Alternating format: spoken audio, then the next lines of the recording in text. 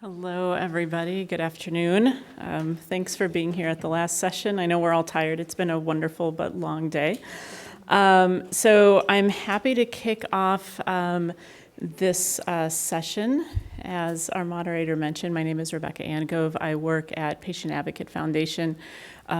Very briefly, what we do is we provide direct services for patients with access and affordability challenges across the United States. We serve about 200,000 patients a year, so we have a fairly large footprint. Over the course of doing that work, we learn a lot of things. We have a lot of partnered projects as well as kind of internally driven and funded projects where we try to talk to patients about everything that is going on in their life, whether that is patient experience, going through a chronic illness, SDOH social needs. So we do a lot of things, and that's where this information comes from, is a project that we did with the Patient Insight Institute. I want to do a little level setting. I feel like I'm preaching to the choir a bit about stigma, but the reason that I'm talking about stigma is because it is very, very important because these stereotypes that kind of feed into this idea of stigma lead to it kind of showing itself in healthcare encounters in a lot of different ways, whether that's implicit bias leading to stigmatizing language, whether that is treatment decisions or lack of shared decision-making with patients. It can perpetuate negative attitudes, influence clinicians' treatment options that they're giving patients. And at the end of the day, all of this really impacts the quality of care, contributes to health disparities, and deteriorates health outcomes. So while stigma may feel like this thing you can't kind of put your finger on and get your arms around, there's a direct tie to negative health outcomes for patients. So it's really, really important to us and the patients we work with. Again, I feel like everybody in the room knows this, but I'm going first, so I get to say it. So what does bias look like? We are not just talking about bias related to race and ethnicity, although a lot of times you hear these words, stereotypes and bias, and you just think race, ethnicity.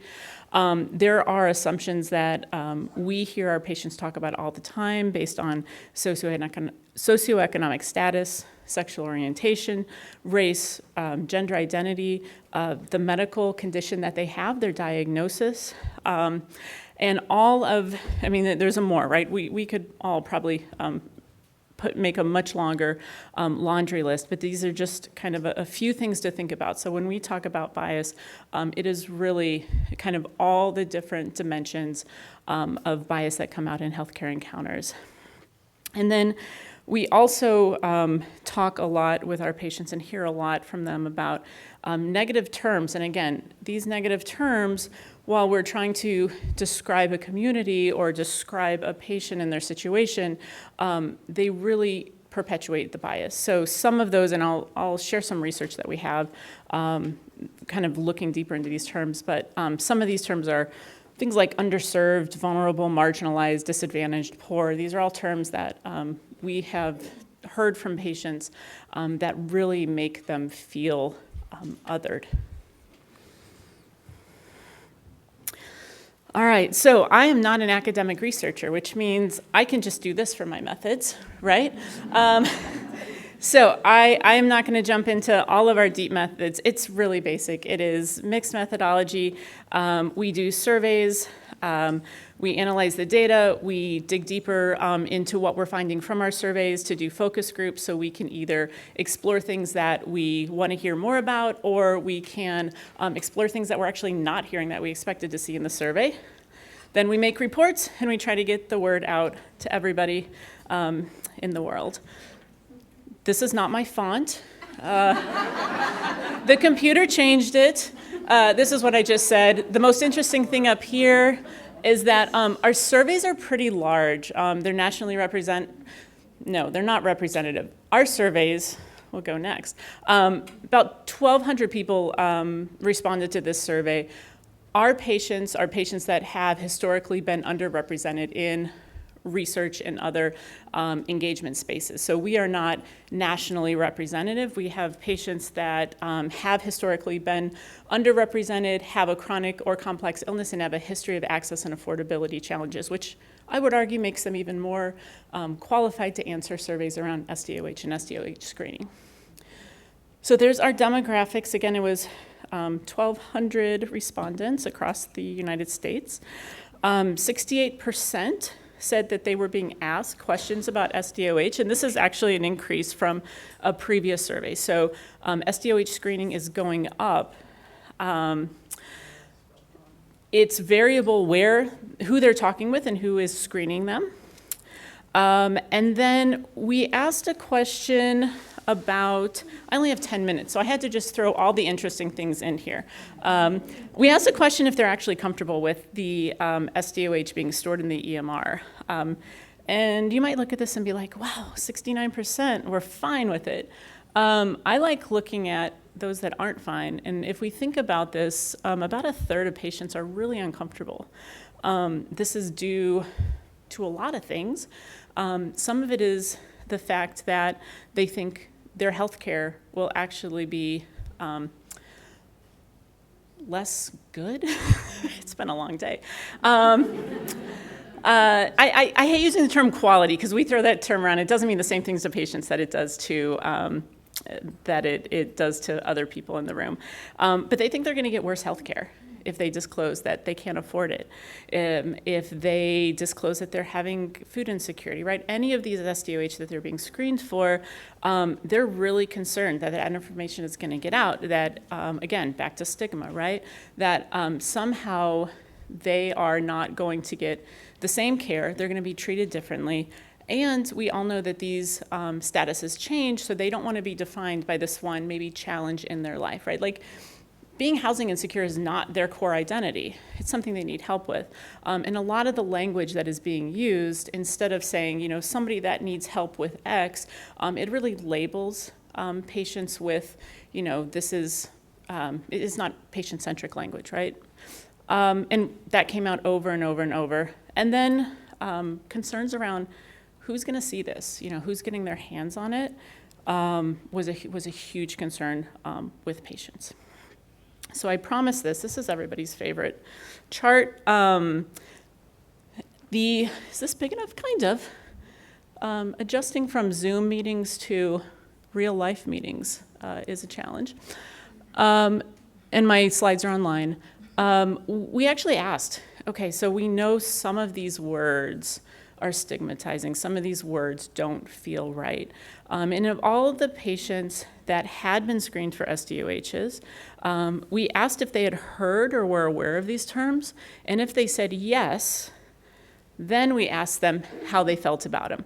So these results are not because somebody had never heard this word before, right? We asked. So a few of the things that we found, and probably not surprising to anybody that works in and with patients, in the social sector, patients do not like words like social risk, marginalized, social distress, disadvantaged, vulnerable, financially insecure, underserved. These are all terms. Financial toxicity is used a lot in cancer, so our cancer patients really dislike that one.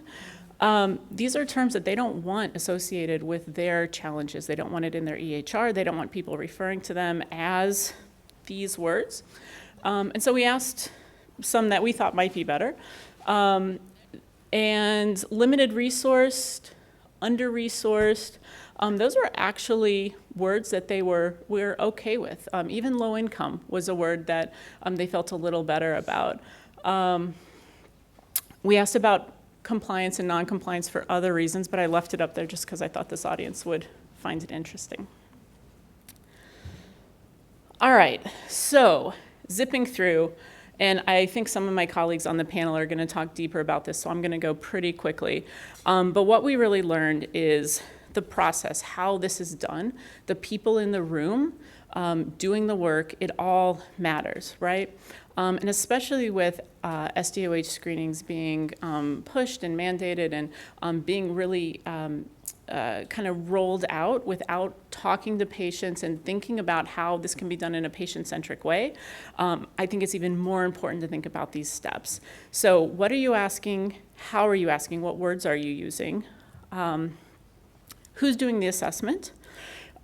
Is this something that they are doing at every appointment? Is it done annually? Is it every single patient that walks in the door? How normalized is it?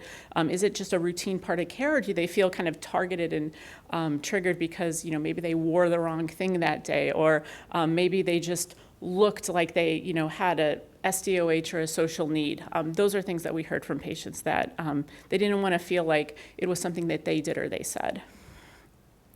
Privacy, again, where is it happening? Waiting room. Prior to the appointment at home, is there a private space? These are all things that our patients brought up in our focus groups. They also want to know why. Why are you asking me this? And the acknowledgement that these are sensitive questions, right? You can say things like, we ask this of all of our patients, or many patients with a similar diagnosis have these concerns. Do you, right? So really explaining to patients why they're asking is important. What are you going to do with the data? Patients always want to know that. Where is it going to be stored? Is it secure? Who has access? What is going to be done with it? That's including research and QI initiatives, right? You don't want them to find this paper that came out, using data from your health system, and they're like, wait, is that, was that my data? And then I think this is the biggest elephant in the room that we will not solve today or this weekend, but how are you going to respond? And I think the biggest thing here is, especially if you don't have resources or don't have enough resources. You're asking questions, and patients, there is an expectation that there will be something done if you're asking that question. All right. Couple quotes that we had. I think the most interesting one on here is this idea of badly handled services, right? We've talked a lot about trust. We have talked a lot about relationship building, about how important that SDOH screening is and addressing social needs is in that relation building.